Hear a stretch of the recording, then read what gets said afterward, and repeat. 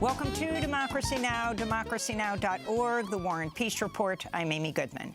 Turkish President Recep Tayyip Erdogan has declared a 3-month state of emergency after the death toll from Monday's catastrophic earthquakes topped 5,000 and continues to rise exponentially. The World Health Organization warns the number of dead could ultimately increase 8-fold, with some 23 million people affected by 2 major earthquakes that struck southeastern Turkey and northern Syria. Hundreds of aftershocks followed. The quakes caused thousands of buildings to collapse, trapping people under rubble amidst freezing temperatures in the early morning hours. In Turkey's border province of Hatay, residents anxiously search for loved ones among the wreckage. Our relatives are dead. My sister's daughter died. She was 17. My sister's in-laws' children are stranded under rubble. She's there with 3 children. They are not rescued yet. God, please help us. Please pray for us. I beg you, pray for us. Pray for us. There are aftershocks. It's uncertain what will happen to us. The earthquake struck as fighting continued along the Turkey-Syria border between Turkish forces and Kurdish fighters. The United Nations reports more than 4 million people in northwest Syria, where the deadly earthquake struck, already rely on humanitarian assistance. The UN's humanitarian coordinator for Syria said Monday the quake's preventing aid workers from accessing northern Syria through the single border crossing into the region. The infrastructure is damaged. Roads that we used to use for humanitarian work are damaged. We have to be creative in how to get to the people and how to get to them the assistance. We'll have the latest on earthquakes after headlines. Ukrainian officials say Russia's military is massing hundreds of thousands of troops for a renewed offensive in eastern Ukraine, set to begin as early as next week. This comes amidst heavy fighting in the eastern Donetsk region, where Russian troops are attempting to encircle the city of Bakhmut. Here in the United States, NATO Secretary General Jens Stoltenberg is in Washington, D.C. today for talks with senior Biden administration officials and congressional leaders. His trip comes a day after the UN Secretary General Antonio Guterres called for an end to the conflict in Ukraine, saying he fears the world is sleepwalking into a wider war. In Hong Kong, authorities have opened a trial for 47 pro-democracy activists and politicians accused of violating a sweeping national security law imposed in 2020. 16 of the activists have pleaded not guilty to the charges, which could see them sent to prison for life. Chinese authorities have accused the activists of conspiring to commit subversion by holding an unofficial primary election. This is Chan Po-ying, a longtime activist with the League of Social Democrats and spouse of a former legislator who's among the 47 facing charges. For the League of Social Democrats and many Hong Kong people, it would never have occurred to them that participating in the primaries and participating in the Legislative Council in a peaceful manner would be considered illegal means. We will wait and see what the prosecution side says the reasons are. But we think that participation in the primary election is not guilty. So we think this is a political repression and all those arrested should be released. Ohio Governor Mike DeWine ordered residents of the village of East Palestine to evacuate their homes and businesses Monday after a freight train crash spread smoke and toxic chemicals into the community 50 miles northwest of Pittsburgh. You need to leave. You just need to leave. We're ordering you to leave. This is a matter of life and death. On Friday evening, a freight train derailment triggered a massive fire that engulfed the surrounding area in smoke and threatened to cause a major explosion. The wreckage contained poisonous chemicals, including phosgene, hydrogen chloride, and vinyl chloride. On Monday, the train's operator, Norfolk Southern, said it carried out a controlled release of the chemicals into the air. Some residents of East Palestine who packed into emergency shelters said they'll be reluctant to return to their homes. The creek by my house had a very, very strong chemical smell to it. I went in my house, it was worse. I gathered clothes up and left. When I left, the clothes stunk so bad, even the ones that were in my dryer. that I had to wash them at the hotel. My laptop for work stunk like chemicals. There's definitely something going on with the water, and I don't even know that I want to go back when they lift the evacuation. The accident brought renewed attention to so-called bomb trains transporting crude oil and other dangerous chemicals through communities across the United States. The White House has condemned a bid by House Republicans to create a commission to explore cuts to Social Security and Medicare as part of negotiations on raising the United States debt ceiling.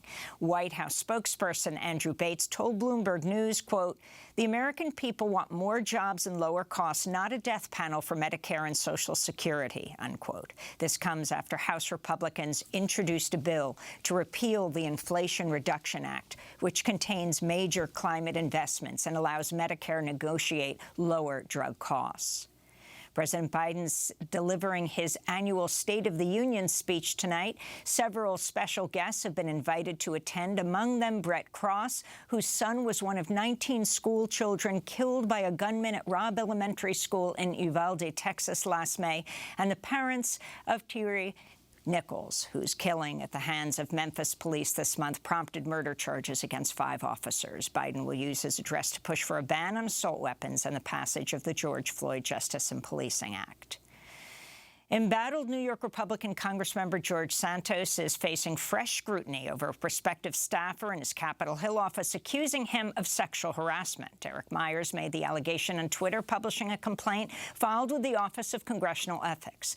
Meanwhile, Bloomberg reports Santos told potential donors that he had been a producer for the Broadway flop Spider-Man: Turn Off the Dark. A spokesperson for the short-lived musical responded, quote, "Of all the tribulations the producers had to endure, we are very pleased, proud, and relieved to report working with George Santos was not one of them," unquote.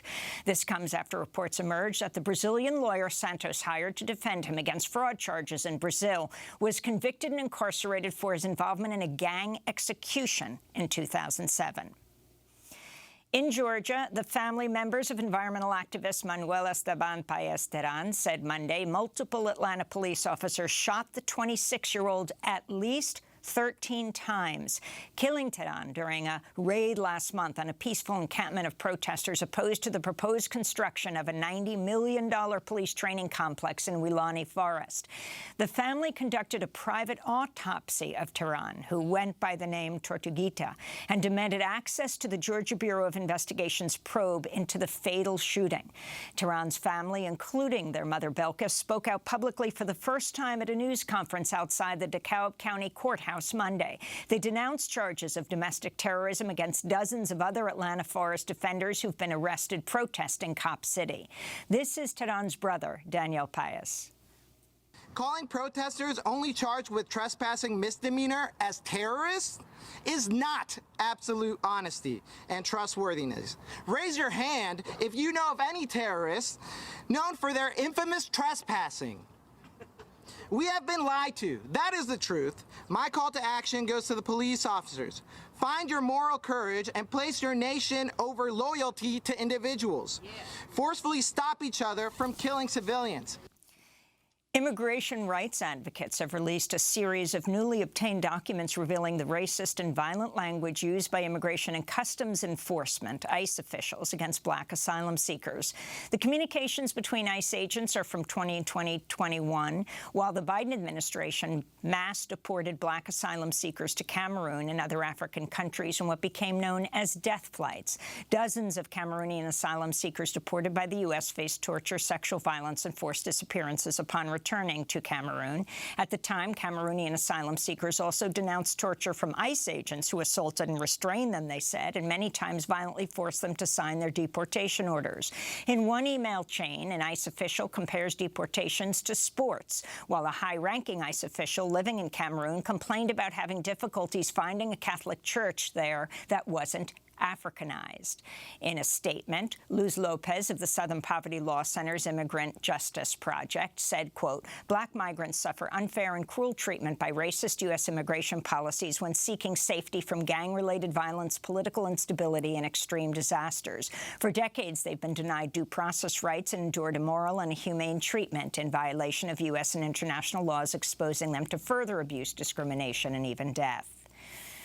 In related news, over 150 people locked up at ICE's Northwest Detention Center in Tacoma, Washington, have ended their hunger strike after nearly a week, but said they're ready to restart the peaceful demonstration if officials don't fulfill their promise to improve living conditions. Their demands include nutritious meals, clean facilities, proper medical care. Hunger strikers reported retaliation from ICE and the GEO Group, which runs the prison.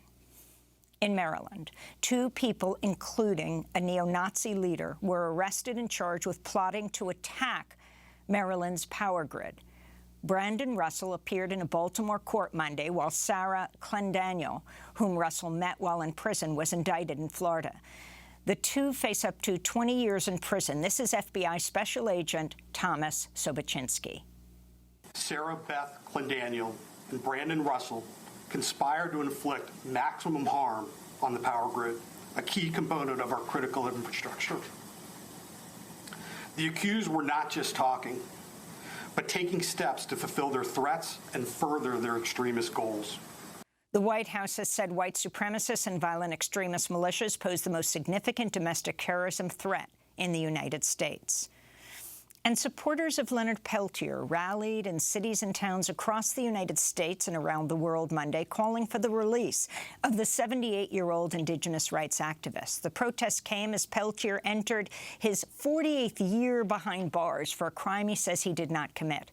His 1977 conviction for alleged involvement in killing 2 FBI agents in a shootout on the Pine Ridge Reservation was riddled with irregularities and prosecutorial misconduct.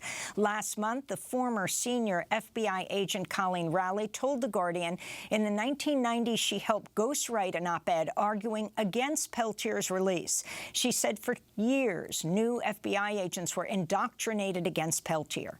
This is Christina Castro, an indigenous activist from New Mexico, speaking at a rally for Leonard Peltier Monday in Santa Fe. Now the government is actually admitting they don't know who shot these FBI agents, but they will not give him a new trial or grant him clemency or a compassionate release based on a pure revenge and systemic racist agenda. And those are some of the headlines. This is Democracy Now!, democracynow.org, The War and Peace Report.